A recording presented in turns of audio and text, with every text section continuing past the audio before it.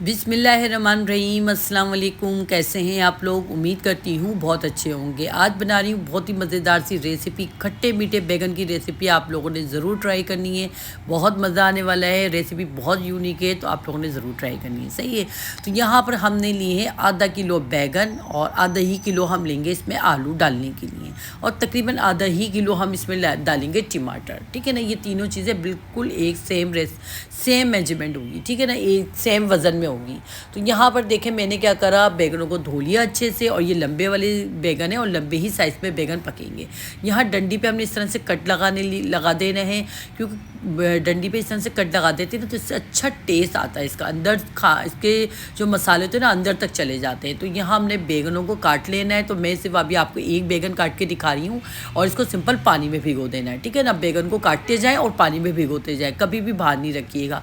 तो आलू का भी यही हाल होता है। ये आधा किलो आलू है, इनको मोटे साइज़ में मैंने कटिंग कर ली है, गोल गोल हैं लेकिन मोटे मोटे हैं। सही ना, इनको भी पानी में डाल दिए, क्योंकि पानी में ही डालना पड़ता है ना, क्योंकि ये काले हो जाते हैं।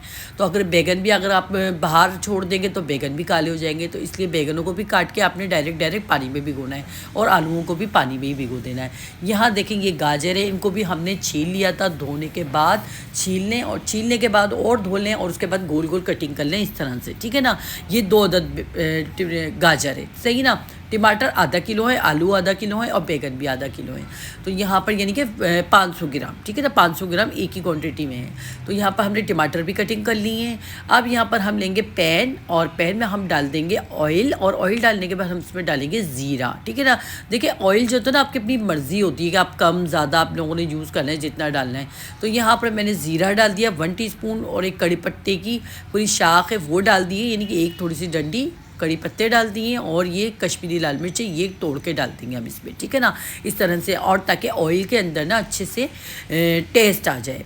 तो ये ना हल्का सा फ्राई करना है हमने, इस तरह से करके फ्राई करना है। अच्छा, आप लोग ज़रूर कमेंट बॉक्स में बताइएगा कि आप लोग मुझे कहाँ से फॉलो करें। आप लोग मेरे चैनल देख रहे हैं, कौन सी रेसिपी आप लोगों को पसंद आई है, कौन सी नहीं पसंद आती है, आप लोगों को वो भी बताया करें। ठीक है ना, तो यहाँ पर देखें जैसे ऑयल फ़ौरन गर्म हो चुका था, तो मैंने क्या करा, यानी कि जैसे जो फ्राई हो चुकी थी मिर्चें और कड़ी पत्ता ज़ीरा, तो मैंने इसमें ½ टीस्पून लहसुन अदरक का पेस्ट डाल दिया। लहसुन अदरक का पेस्ट डालने के बाद अभी लहसुन अदरक के पेस्ट का भी कच्चापन निकाल दिया। तो अब यहाँ पर मेरे पास बड़े साइज़ की प्याज थी, जिसको मैंने लच्छे वाली काटी, थोड़ी मोटी मोटी, और हाफ डाल दिए। ठीक है ना, बड़ी प्याज थी जिसको मैंने हाफ डाली है। आप छोटी लेंगी तो एक ही डाल दें। ठीक है ना, तो आपने क्या करना है, बस इसका भी कच्चापन निकालना है, इसको ब्राउन नहीं करना है। ठीक है ना, इसका बस थोड़ा सा कच्चापन निकल जाएगा, इसका भी एक अलग टेस्ट आता है ये खट्टे मीठे बैगनों में। तो यहाँ देखें मैंने इसको अच्छे से फ्राई कर लिया।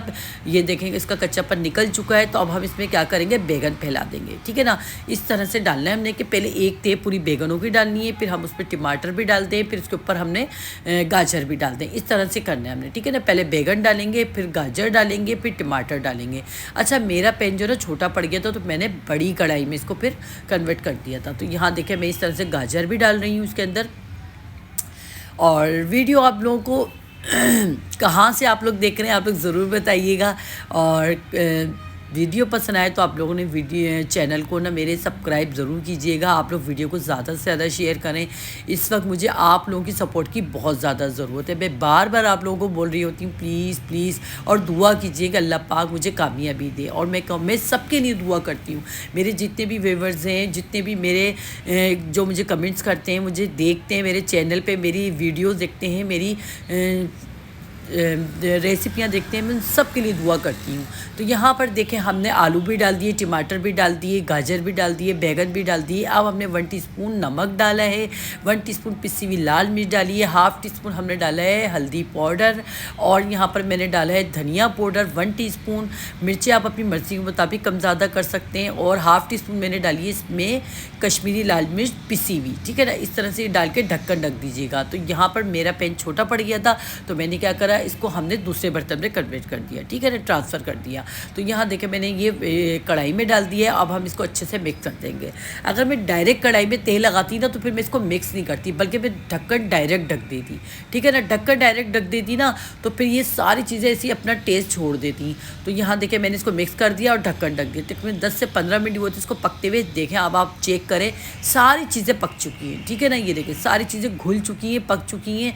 बस अब हमने क्या करना है, आलूओं को चेक करना है, क्योंकि मैंने इसको पहले हल्की आंच पे रखा था इसी वजह से, ताकि ये सारी चीज़ें पक जाएँ। अगर हम फ़ौरन डायरेक्ट तेज़ आंच पे रख देंगे ना, तो फिर ये क्या होता है कि सारा पानी इसका खुश्क हो जाता, फिर टमाटरों में नहीं पकता, ये आपको अलग से पानी डालना पड़ता।